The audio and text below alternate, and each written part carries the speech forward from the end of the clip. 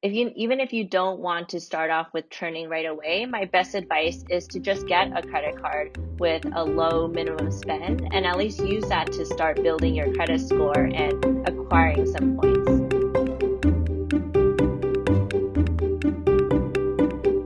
Welcome to the Personal Finance for PhDs podcast, a higher education in personal finance. I'm your host, Dr. Emily Roberts. This is Season 7, Episode 8, and today my guest is Julie Chang, a graduate student at Stanford University. Julie's partner and parents live on the East Coast, and she has family abroad. So during grad school, she has pursued a specific credit card reward strategy known as churning to help her travel hack. She has regularly flown domestically and internationally for several years, almost exclusively using points and miles instead of cash. Julie details how she manages her churning strategy, including how she meets minimum spending requirements on her stipend, and how she has changed her strategy during the pandemic. Julie and I don't go deeply into the topic of who can or should pursue credit card rewards or how to get started, so I'm going to point you to some free resources I've created on those topics. They are all linked from the show notes for this episode, which you can find at pfforphds.com/podcast. My article, titled Perfect Use of a Credit Card, explains how to avoid all the pitfalls that easily accompany credit card usage by putting in place some pretty stringent rules. You will have to be well practiced in following strict rules in this area if you want to succeed with credit card rewards. My article titled How to Establish Credit in the U.S. is for people who have recently arrived in the U.S. or who have lived in the U.S. for many years without taking out any debt. It explains how to get your first toehold in the world of credit and how to build your credit score over time. Finally, in 2019, I published a podcast interview with Sunwoo Lee titled How to Make Money Without Working, Credit Card Rewards and 529s. That episode is quite complimentary to this one, and I recommend listening to it if you want to go deeper into the subject. Without further ado, here's my interview with Julie Chang. I have joining me on the podcast today, Julie Chang. She is a graduate student at Stanford currently, and we're going to be talking about credit card hacking, credit card reward strategies today. So, Julie, will you please introduce yourself a little bit further? Sure. So I'm a fifth-year bioengineering PhD student at Stanford, and I'm currently studying how the mechanical properties of the extracellular matrix affect cell behavior, and specifically in the context of cancer. Yeah, excellent. So you have done what I used to view as the impossible, which is, having a strategy for credit card rewards during graduate school. And I always thought that was a little bit out of reach. So I'm really excited to learn more about credit card reward strategies in general, and then the strategy that you use in particular. So let's just start off for the listeners with, what are the general advantages for using a credit card versus using like a debit card? Because I know for me, I definitely started out just using debit cards. I was a little bit afraid of credit cards. So what are the advantages? Yeah, so I think there's a couple of main advantages. So the first is that you can earn rewards, often in the form of points or miles, and then you can actually redeem this for either cash back or for miles to fund plane tickets. And on another point is that you can actually use credit cards to help build credit history. So in the future, when you're buying a house, getting a mortgage, having a high credit score is super important. And another benefit I'll add to the two that you just mentioned is there's a little bit more fraud protection available for credit cards. It's quite easy to have a fraudulent charge reversed, erased on a credit card versus maybe more of a process or maybe even potentially impossible with certain charges on debit cards. So yeah, those are three great ones. Specifically on the rewards aspect of using credit cards, what are the different kinds of goals you might be able to pursue?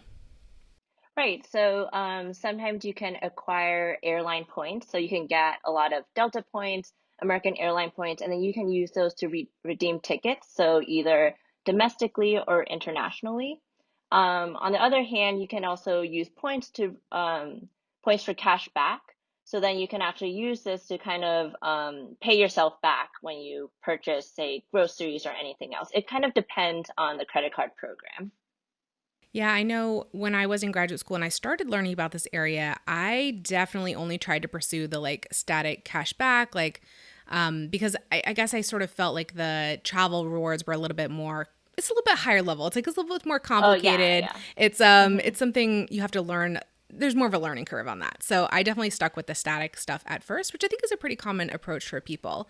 But both Yeah, of those yeah. are different, yeah, different kinds of strategies that will work. And so for you in particular, why are we talking about this today? Why is this a strategy that you have learned a lot about and decided to pursue during your graduate degree? Yeah, so for me, I'm doing my PhD program in California, but my family lives in New York, so then I would have to go back during breaks. And my partner, he's actually also a PhD student in Atlanta, so this requires a lot of traveling. Also, a lot of my relatives are in Taiwan, so occasionally I make these international trips. So basically, my perspective is using credit cards on things that I would purchase anyway and slowly build points to then redeem for these flight tickets. So my goal was to essentially not spend too much money on um, flights during grad school, but I don't want money to be kind of a limiting factor in that I can't see my partner or my family. Okay. And was there a shift? Like when did the shift happen? Like when did you set this as a goal? Was it just when you were starting graduate school, when you were looking at the geography of the situation and realizing the challenge, or did you go for a while paying for flights in cash and then said, "Well, there must be a better way here"? So I got into it just before graduate school since I think the to apply for credit cards, it's a lot easier to apply for credit cards after you're a certain age. It might be 21. So before then, I wasn't really applying for credit cards anyway. And I think just kind of when I turned 21, and then it was right before I went to graduate school. So it kind of worked out in that sense. And then I just kind of learned about it from searching online. Yeah. And would you say that you've done more traveling than you would have been able to do just if you were paying straight cash, or is it that what's been the effect on your finances, I guess? Yeah, so essentially, I typically don't really need to factor flights into my budget, which is really, really awesome. Um, and basically, when I need to travel, I typically am able to. Of course, I still need to look at my budget overall, but there is a lot of flexibility. Another example is that my partner and I, we were able to go on a vacation to Greece, which typically the tickets might be a little bit more expensive. And because we were able to pay for our flights in point, then maybe we have a little bit more flexibility in our budget for, say, housing or for food during our vacation. So it definitely just kind of reduces the impact of needing to spend a lot on a vacation. Oh yeah. I mean, I can't remember exactly what I was saving to spend on travel during graduate school, but I think it was at least a couple $100s per month per person. Like, and that was really mostly just for like obligation travel. Like, I have to go see my family. I want to go attend this wedding. So, yeah, it's really inspiring that, what you've been able to do. I'm really excited to dive into, the mechanics of exactly how this happens. So, what you have been doing is a strategy known as credit card churning. So, can you explain what that is? Yeah, so basically the bulk of the cash back from credit cards isn't necessarily through the exact amount of money that you spend. It's actually through these bonuses of signing up for new credit cards. So for example, in some credit cards, you can get a certain number of points. Usually it's pretty high, maybe like 50,000 points if you spend a certain amount of money in a few months. So a lot of cards, you might have to spend 1,000 to $4,000 in about 3 months. And these points of 50,000 points, it could translate to, say, $500 if 1 point is 1 cent. But if you can actually increase the value, say, to 1.5 cent per point, it becomes $750. Yeah, so I think maybe another way of phrasing what you just said is the amount of money that you need to spend to gain a given level of rewards. It's much less when you do that through sign up bonuses rather than through ongoing spending and ongoing cash back. There's like this lucrative period available right when you sign up for a new card. It's the incentive that they're, giving you to sign to do your business through that card versus some others. It's this opportunity to capitalize on right when you first switch onto a card. And so credit card Exactly. churning is like very frequent switching onto new cards to gain those early on sign up bonuses. Is that right? Yes, Okay, that's correct. awesome. So for you, as I said earlier, this is a little bit of an advanced level strategy. So, how do you keep track of all these cards that you either currently have, or maybe ones that you need to close, or maybe ones that you're planning on opening? Like, what is your mechanically, like, how do you keep track of all this? Oh yeah, so I basically do this through an old-fashioned spreadsheet. So I color code everything. Typically put when I sign up for a credit card, and this is especially important if a credit card has an annual fee because potentially you might want to cancel or downgrade the card when the annual fee comes up because it might not be worth keeping the card. Yeah, so you keep track of when you sign up for a card, and then when 1 year, let's say, is up for something that has an annual fee. Do you keep track of anything else? Maybe the minimum spend amount, I would imagine, and the time period over which you have to do that? Yeah, I keep track of all of that. I actually go into more detail in which I actually every month I update all the point totals that I have, and I also keep track of all of my redemption. So I think that might be a little bit extra in the amount of information I'm keeping track of, but for me, it's actually pretty fun to just tabulate everything. Yeah, I could totally see how this would be fun because there's kind of two halves of this, right? There's like the accumulation of points, and then there's the planning of how am I going to actually use these points. And that is the really pleasurable part, I think, especially if one Yeah. enjoys planning, then getting to play around with different scenarios and so forth. Well, let's come back to that in a few moments. So, we just mentioned the minimum spending requirements, like between $1,000 and $4,000 over a period of some months. That might seem like a lot of money on a graduate student stipend. So, how do you actually make sure that you're going to meet these minimum spends without, as you said earlier, outspending your budget, outspending your planned expenditures? Right, yeah. So, I mean, first, I just want to be clear that everyone has to be very careful in kind of tracking their finances, and you're definitely in a very privileged position if you are able to do this. But for me, I look at many different factors. So, one is timing. If I have a big purchase coming up, then I might as well use it in a minimum spend. Another, more specific for graduate students is if you have conferences. So, conferences can be pretty expensive. Sometimes you have to use your own credit card. So why not actually use it to help meet a minimum spend?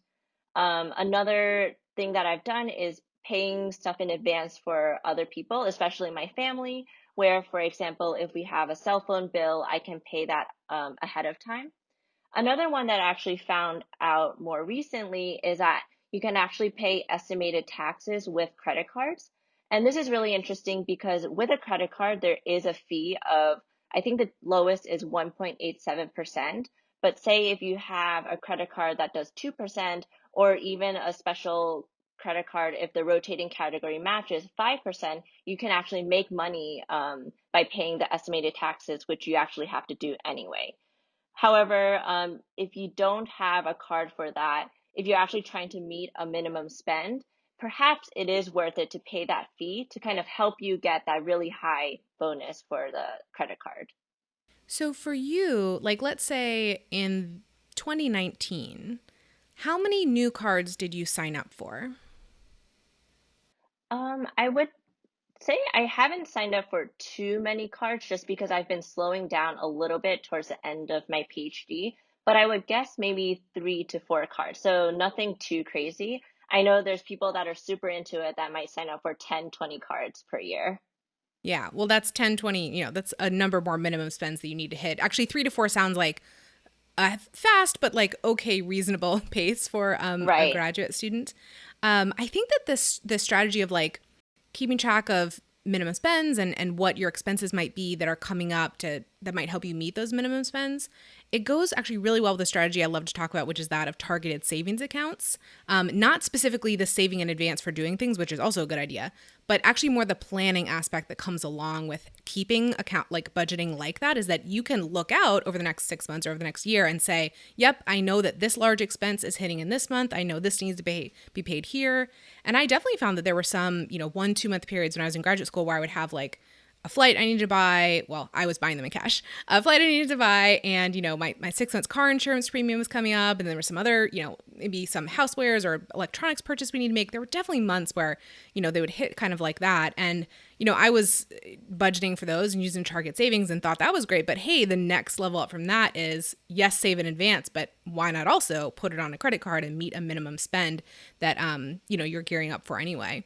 So this is more of a personally motivated question, but like how far in advance of, let's say, a major purchase that you know is coming up on a certain date, would you need to sign up for a card? Like, how do you actually time this so you know that you have the card ready to go when you actually need to make the purchase?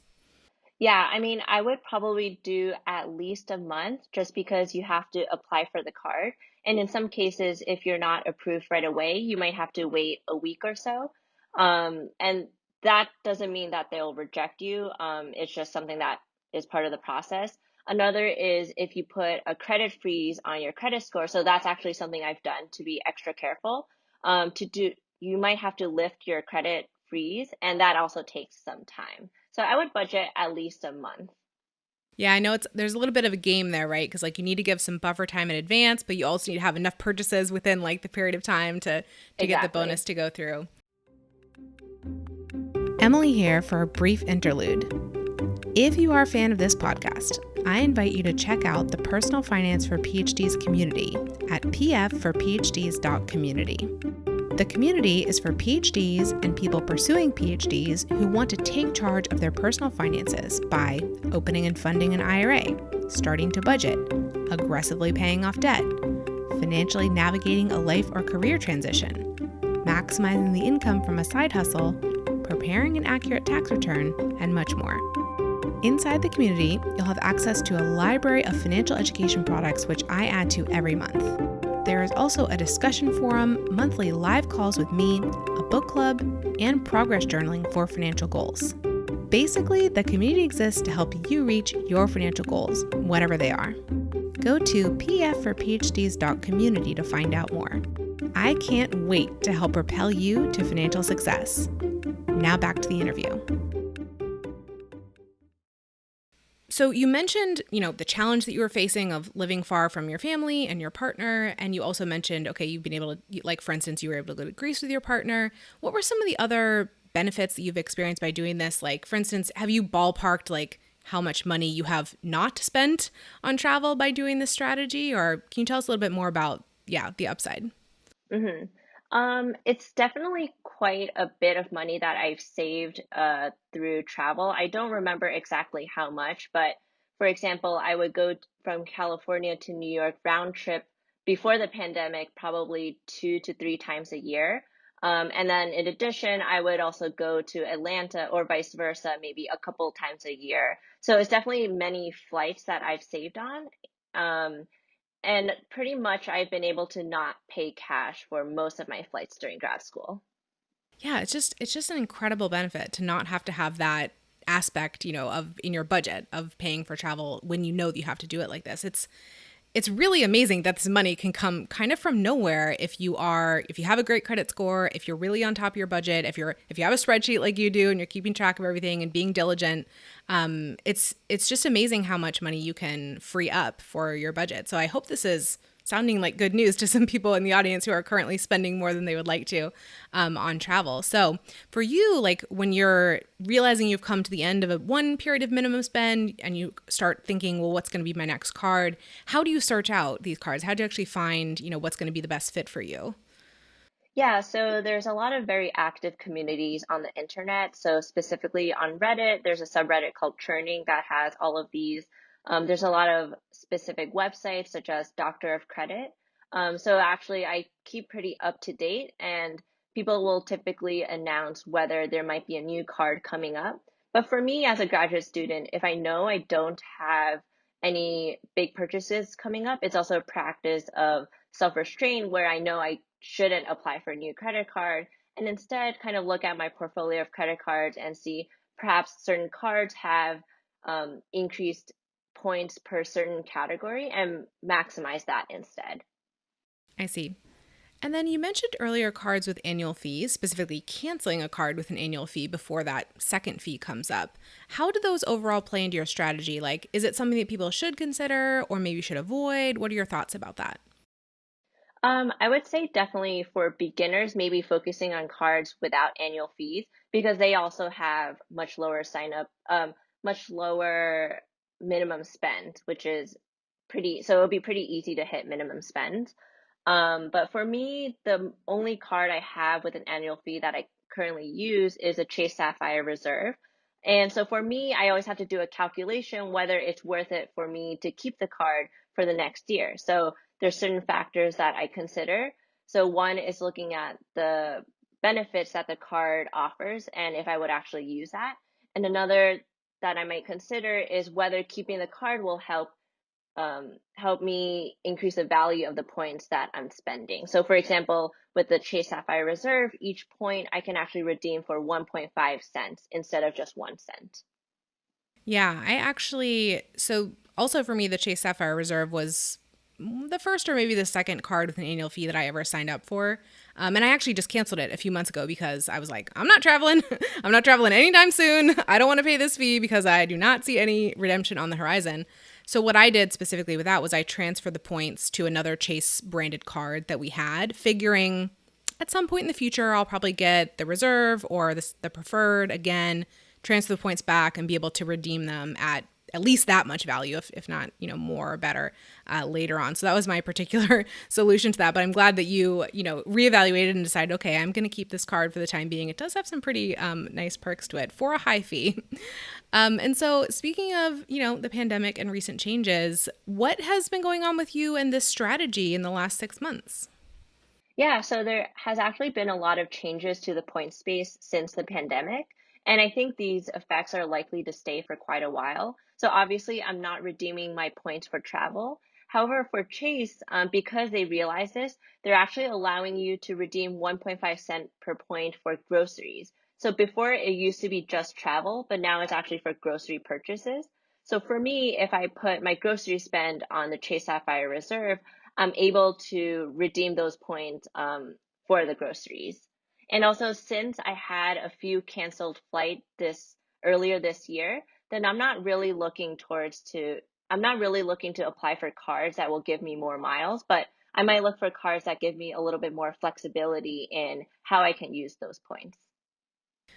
So when I thought about, the pandemic and affecting my travel plans, both personally and professionally, I'm already in a period of not applying for cards right now because my husband and I are looking forward to buying a house in a few months. And so we don't want to be messing around with our credit right now. Oh yeah, yeah. If not, I think I would probably still be signing up for stuff because again, hypothetically, I think my attitude would be, well, get the points, bank them now, spend them later at some point. Yeah, Why totally. is that not your approach? Like, why do you prefer the flexibility right now? hmm Well, so actually, right now, I'm not really applying for points anyway, or I'm not really applying for cards. And I'm just kind of using my current portfolio of cards to reach or to kind of build up the points, as you said. I might look towards applying for a card later this year, but I'm actually not in a rush to apply for new cards right now. Yeah. So when you said you updated your spreadsheet monthly with figuring out how many points you currently have and with what providers and so forth, how do you go about planning how you're going to spend the points? Like, what is that process like for figuring out, okay, these points transfer to this airline, all of the complexity that goes along with that? Yeah, so actually, that I would say is actually the hard part, figuring out how to use those points. So there's certain programs like Chase where it's pretty easy to redeem the points because you can just do it through any airline by using Chase Travel. But certain cards you can actually transfer to specific airlines and convert it into miles, which is actually, even though it's harder, it could be better because you could get better value for your points. So for me, I like having points in several different companies. So for example, also in American Express, I also have points specifically in Delta. So then for example, if I want to travel to New York, I can look at what are the different points I have and figure out which program I want to redeem it in for the best value. I'm also thinking that some of this, the planning of the redemption, might be specific to your local city. You obviously live in a major city with several different airports and airlines to choose from. Sure. I'm also reflecting, like, I recently moved from Seattle to the Los Angeles area. So, like, in Seattle, is all about Alaska. Like Alaska is by far the winner airline right there, right? So I was always trying to sort of figure out how to get Alaska airline points versus other things. Now that I live in a different kind of city, I'm thinking, well, my strategy might need to be different. So do you know of any Right. resources where people can find out more about, the airlines that service their local airports, or maybe their destination where they commonly go? They want to figure out how to do that. I think the best way to figure that out is just looking through the specific airline website and figuring out which destinations your city travels to. But otherwise, also just looking online to see what other people tend to do in your city. Yeah. And I guess if you live in a major city like the San Francisco Bay Area, Seattle, Los Angeles, there's going to be plenty of conversation around how to do this Right. in cities like that. Was there anything else you want to add to tell the audience more about your strategy, or what you've been able to do with it? Yeah, I think as a graduate student, even if you don't want to start off with churning right away, my best advice is to just get a credit card with a low minimum spend and at least use that to start building your credit score and acquiring some points. So, Julie, as we wrap up this interview, what is your best financial advice for another early career PhD? Yeah, so my best financial advice would be to start early. So many financial related actions serve their greatest benefits when done early, so the effects can be compounded over time.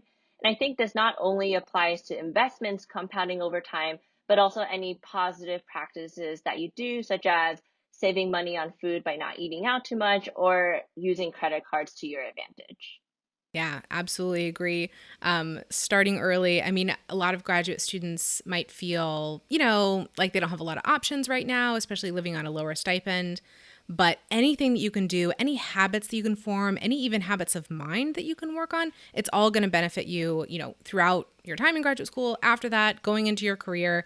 And really, I like to think of it as like if you build up these habits and practices and thought patterns right now during graduate school, once you get that higher salary later, you're going to be able to like hit the ground running, blast through like financial goals Yep. when you get to that point, if you've done the sort of mental preparation beforehand, even if you don't see a lot of actual financial progress earlier on. So thank you Yeah, so much for that exactly. advice. Yeah. And thank you so much for joining me today, telling the audience about your strategy. I'm really excited post buying a house to be back on Hmm. the credit card rewards game. So this is Yeah. really inspiring Hmm. to me. Hmm. Thank you. Listeners, thank you for joining me for this episode. pfforphds.com/podcast is the hub for the Personal Finance for PhDs podcast. There you can find links to all the episode show notes and a form to volunteer to be interviewed. I'd love for you to check it out and get more involved. If you've been enjoying the podcast, please consider joining my mailing list for my behind-the-scenes commentary about each episode. Register at pfforphds.com/subscribe. See you in the next episode, and remember, you don't have to have a PhD to succeed with personal finance, but it helps. The music is Stages of Awakening by Poddington Bear from the Free Music Archive and is shared under CC by NC. Podcast editing and show notes creation by Lourdes Bobbio.